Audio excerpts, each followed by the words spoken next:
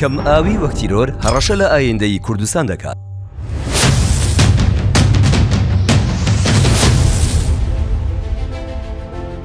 بێپلانی بۆ ئاو خەڵک دەخنکێنێت. زانیاری و نهێنیە نەبیستراوەکان لەسەر ئاوی کوردستان و بەنداوە نهێنیەکە. عێراق و تورکیا و ئێران جەنگی دەستە و یەخەیان ڕاگەیاندووە لەسەر پرسی سنوورە ئاویەکانی نێوانیان. تورک و ئێرانیەکان بەقەتر مامەڵە لەگەڵ عێراق دەکەن.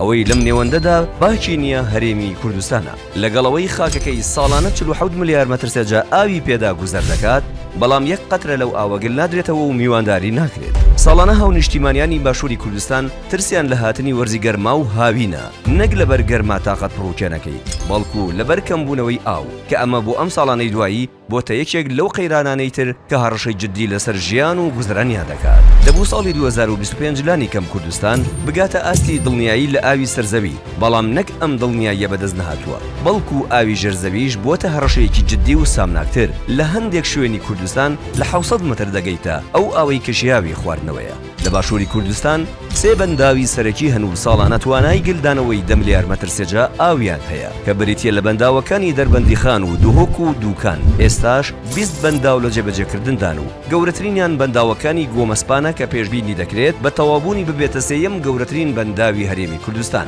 لەگەڵ مەنداوە لەسەر زەی گەورە و سارتەک لەسەر زەی بچووک و بەسەر جەم بەنداوەکان توانای گلدانەوەی 87 ملیۆن و 47 هەزار مەتر سێجا ئاویان هەیە. گەورەترین گرفتی بەنداوەکانی کوردستان بریتیە لە بێپلانێکی خنکێنەر و سوود نەبینین لە ئاوەکەی بۆ کشت و کاڵ و تەنانەت خواردنەوەش. بۆ نمونە بە هەردوو بەنداوی دووکان و دەربەندی خان کە ساڵانە توانای گلدانەوەی 12.6 ملیار مەتر سێجا ئاویان هەیە، بەڵام ئەو ڕووبەرە کشت و کاڵی لەسەر ڕۆخی ئەم دوو ڕووبارە کراون تەنها 2.4 کۆی کشت و کاڵی هەرێمە. ئەم دوو بەنداو و بەنداوەکەی دوهۆکیش توانیویانە تەنها 11% خەڵکی هەر چوار پارێزگاکە لە گرفتی ئاوی پاکی خواردنەوە ڕزگار بکەن.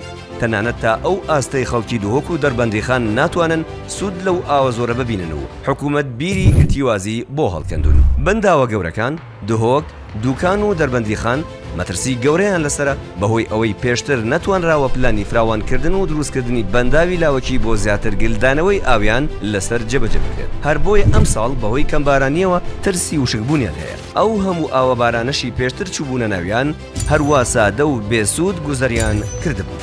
بەنداوی دووکان 63% ئاوەکەی و دەربەندی خان 54% و دوهۆک 62% ڕێژەی ئاوەکەی کەمی کردو. بەردەوامیش بەغداد گوشاری بەردانەوەی ئاوی زیاتر دەکات کە ڕەنگە هەردوو گوشارەکە ببنە هۆکاری وشکبوونی زیاتریان. هەر ئەوەندەش نییە، کۆڵەسەی سەردەش وشکی کردوین. ئەم دیمەنانەی دەیبینن دەربەندی ڕانیایە.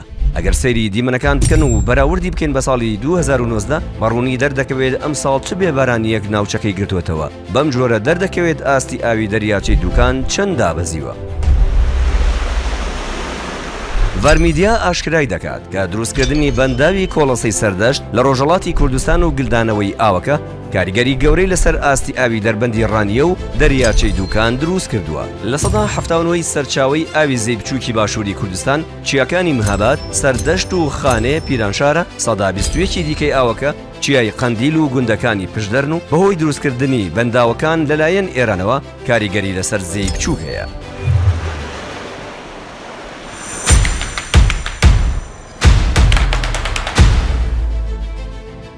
بەنداوی بێخمە دەستبردن بۆ کۆدەنهێنیەکان. هەرچەندە دەستبردن بۆ کۆدەنهێنیەکانی بێخمە مەترسیدارن، بەڵام ڤارمیدیا لە ڕێگەی بەدەستێنانی چەندان زانیاری نەبیسترا و پەردە لەسەر چەندین نهێنی سەیری ئاوی لە کوردستاندا هەڵدەداتەوە. بەنداوی بێخمە ئەو بەنداوەی هەر بەرپرس و دەسەڵاتدار و وەبەرهێنێک باسی کردبێت سزادراوە. لە کاتێکدا ئەگەر ئەو پرۆژەیە وەکو خۆی جێبەجێ بکرایە، ئیدی کوردستان و بەشێکی گەورەی عێراقیش لە دەستگرفتی کەم ئاوی ڕزگاریان دەبوو. بەڵام لە دوو کابینەی پێشتری حکوومەتدا گوشارەکانی تورکیا و بارزانیەکان ڕێگر بوون لە گلدانەوەی ئاو بەڕێژەی 7 ملیار مەتر سێجا و زیادکردنی ڕووبەری ئاوی بەڕێژەی 10% لەسەر ڕووبەری کوردستان جگە لە چارەسەری گرفتەکانی کەم ئاوی و کارەبا. بەنداوەکە هەر لەسەر نەخشەکەی ماوە، بەڵام دەنگ و باس و تەندەرەکەی لەنێو وەزارەت ون کراوە و هیچ کەسیش لەنێو ئەنجومەنی وەزیران ڕێگەی پێنادرێت باسی بکات. کێشەکان چین؟ بەنداوی بێخمە کوێی نوقمی ئاو دەکرد. ئێستا کێشەی بەنداوی بێخمە لە نێوان عێراق و هەرێمی کوردستان لەسەر قەبارەی کۆگاکردنی بەنداوەکەیە.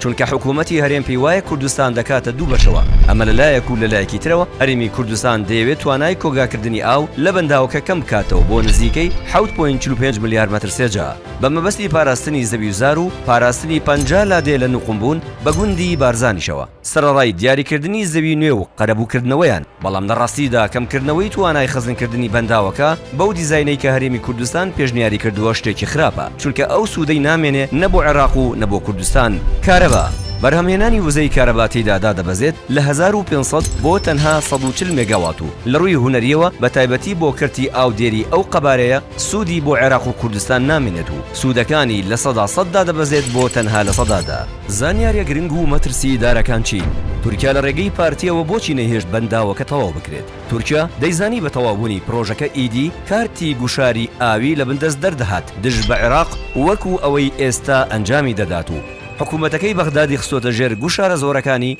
هەر بۆیە داوای کردووە کە کارکردن لە بەنداوەکە ڕابگیرێت و ئەنجام نەدرێت بەڵام بۆ ئێستا و داهاتوش تاکە چارەسەری کێشەی کەم ئاوی تەواوکردنی ئەم پرۆژە استراتیژیەی بەنداوی بێخمەیە کە لە 65 سەرچاوەکانی لە ناوخۆی هەرێمی کوردستانەوە دەڕژێنە ناوی دوایین جاریش لە ساڵی 2007 بڕی 5 ملیار دیناری دیکەی بۆ تەرخان کراوە و دیسان فەرامۆش کرا.